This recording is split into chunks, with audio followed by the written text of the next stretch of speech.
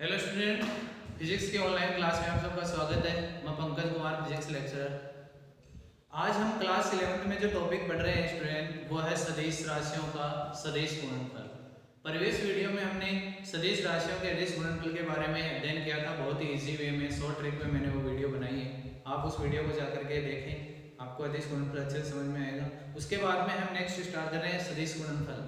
सदिश गुणनफल के बारे में भी आज हम बहुत ही शॉर्ट ट्रिक इजी वे के अंदर समझने वाले हैं। इसको बहुत ही अच्छे से समझ में आएगा। सदिश गुणनफल, अब किन्हीं दो सदिश राशियों का सदिश गुणनफल क्या होता है? उन दोनों सदिशों के परिमाण के गुणनफल और उन दोनों के बीच जो कोण बन रहा है थीटा, उनकी ज्या के बराबर होता है। ज्या क्या होता है? साइन थीटा में साइन थीटा को क्या बोला जाता है? ज्या बोला जाता है।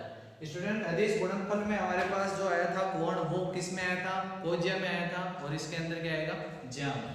तो किन्हीं दो सदिश राशियों का सदिश गुणनफल उन दोनों सदिशों के परिमाण और उनके बीच बने कोण की ज्या के गुणनफल के क्या होता है? बराबर होता है। अब ये सदिश गुणनफल से हमेशा जो राशि प्राप्त होती है वो हमेशा सदिश राशि होती है। सदिश गुणनफल से हमेशा कौन सी राशि प्राप्त होती है? हमेशा सदिश राशि। और जो सदिश राशि हमें प्राप्त होती है उसकी डायरेक्शन किधर होती है? उसकी दिशा किधर होती है? दोनों सदिशों के तल के लंबवत होती है। सदिश राशियों के सदिश गुणनफल से जो दिशा प्राप्त होती है वो सदिशों के तल के कहाँ होती है? लंबवत। तो A vector cross B vector, सदिश गुणनफल को क्रॉस से दर्शाया जाता है। सदिश गुणनफल को किससे दर्शाया जाता है? क्रॉस से। तो A vector cross B vector equals to लिख सकते हैं A B sine theta into n के। एन केप क्या है? दोनों सदिशों के तल के लंबवत एकांक सदिश है। एन केप क्या है? एकांक सदिश, दोनों सदिशों के तल के लंबवत। अब देखो, जो सदिश गुणनफल है उससे हमें जो सदिश राशि प्राप्त होती है तो उसकी डायरेक्शन ज्ञात करने का एक नियम होते हैं। दो नियम इसके अंदर हम पढ़ेंगे, एक तो दाहिने हाथ का नियम और एक दक्षिणावर्ती पेंच नियम। इन दोनों नियमों की सहायता से हम सदिश राशियों की डायरेक्शन को पता लगा सकते हैं कि सदिश राशि की डायरेक्शन किधर होगी। सबसे पहले दाहिने हाथ के नियम में देखते हैं कि अपने को इस तार को ऐसे पकड़ना है, इस प्रकार, अंगूठा ऊपर की तरफ और अंगुलियां इस तरफ।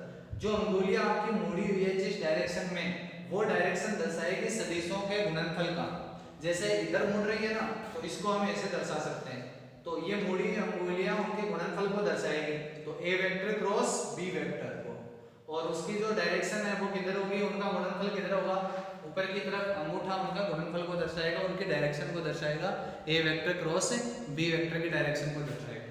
ए वेक्टर और बी वेक्टर के बीच जो कोण बन रहा है वो यहाँ पे थीटा है। तो ये अपना जो नियम है वो है दाहिने हाथ का नियम। ठीक है। नेक्स्ट दक्षिणावर्ती पेंच नियम। जो अपने पेंच होता है, पेंच को कसने के लिए हम जिस साइड से उसको घुमाते हैं, जो घुमाने वाली डायरेक्शन हो गई दोनों सदिशों के गुणनफल की, ए वेक्टर क्रॉस बी वेक्टर। और पेज के आगे जाने की जो डायरेक्शन है वो किसको दर्शाएगी? ए वेक्टर क्रॉस बी वेक्टर के डायरेक्शन को दर्शाएगी। तो यहाँ पे ए वेक्टर और बी वेक्टर के बीच कोण कितना है? थीटा है। तो ये दो नियम, दाहिने हाथ का नियम और दक्षिणावर्ती पेंच नियम, इन दोनों नियमों की सहायता से हम सदिशों के सदिश गुणनफल से जो राशि प्राप्त होती है उनकी डायरेक्शन, उनकी दिशा का पता लगा सकते हैं। अब जो सदिश गुणनफल होता है उसकी विशेषताएं, क्या क्या विशेषताएं होती हैं उसकी विशेषताएं देखेंगे। सबसे पहले जो विशेषता है वो क्रम विनिमय। तो ये देखते हैं कि जो सदिश राशियों का सदिश गुणनफल होता है क्या वो क्रम विनिमय गुणधर्म का पालन करता है या नहीं करता है। तो हम जानते हैं A vector cross B vector क्या होता है? A B sine theta into n के। अब अगर इसका उल्टा करें, जैसे B vector cross A vector करें, तो ये क्या होगा? बी ए साइन, लेकिन थीटा नहीं होगा स्टूडेंट, क्या होगा? डायरेक्शन चेंज हो गई। डायरेक्शन चेंज होने का मतलब B vector cross A vector, मतलब आप इधर आ रहे हो तो ये पूरा एंगल होता है कितना? 2 पाई।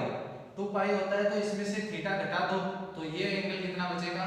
2 पाई माइनस थीटा। तो ये एंगल आएगा 2 पाई माइनस थीटा। और साइन 2 पाई माइनस थीटा किसके इक्वल होता है? माइनस साइन थीटा के। तो माइनस साइन थीटा का मतलब ये वैल्यू आ गई minus B A sine theta n के। इसका मतलब A vector cross B vector equal नहीं है किसके? B vector cross A vector के, बल्कि किसका डिफरेंस है? माइनस का। माइनस के इक्वल होता है ये, न कि B vector cross A vector के।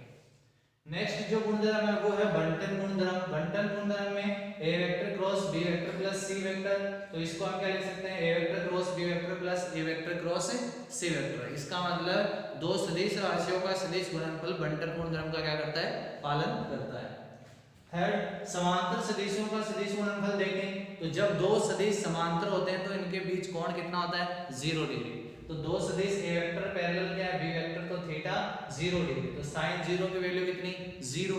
तो दो समांतर सदिशों का सदिश गुणनफल हमेशा कितना होता है, 0 होता है। नेक्स्ट हम देखें लंबवत सदिशों का सदिश गुणनफल। यदि कोई दो सदिश लंबवत हो, ए वेक्टर परपेंडिकुलर बी वेक्टर, तो थीटा कितना डिग्री, 90, तो sin 90 की वैल्यू कितनी, 1। तो जो सदिश गुणनफल आएगा ए वेक्टर क्रॉस बी वेक्टर वो किसके इक्वल होगा, ए बी के इक्वल होगा।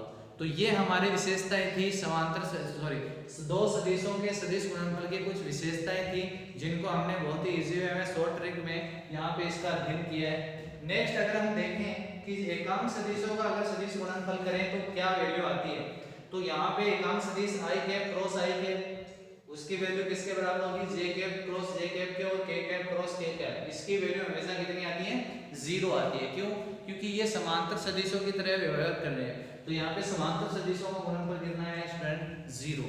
तो यहाँ पर ये भी कौन से सदिश हो गए, समांतर हो गए एक तरीके से, ठीक है। तो आई कैप क्रॉस आई कैप, जे कैप क्रॉस के जे कैप, के कैप क्रॉस के कैप की वैल्यू कितनी आएगी, 0 आएगी।